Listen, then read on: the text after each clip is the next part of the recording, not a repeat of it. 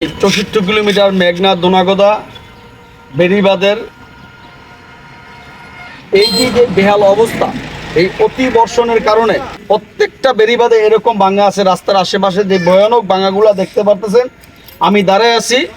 যে কোনো সময় যে কোনো ধরনের বড় দুর্ঘটনা ঘটতে পারে। আমার এলাকায় কয়েকটা গর্ত আছে এরকম, আমি এগুলো এই 10 থেকে 15 মিনিটের ভিতরে আমি এগুলো ভরাট করতেছি। আজকের দিনে আমি এগুলো ভরাট করতেছি, আমার কোদাল লেবার সব রেডি আছে। তো আমি প্রশাসনের দৃষ্টি আকর্ষণ করব যাতে এই বেড়িবাঁধের যে বাগাগুলো আছে 64 কিলোমিটার বেড়িবাঁধে যাতে দ্রুত এগুলো সংস্কার করা হয়, আমি এই আহ্বান জানাচ্ছি।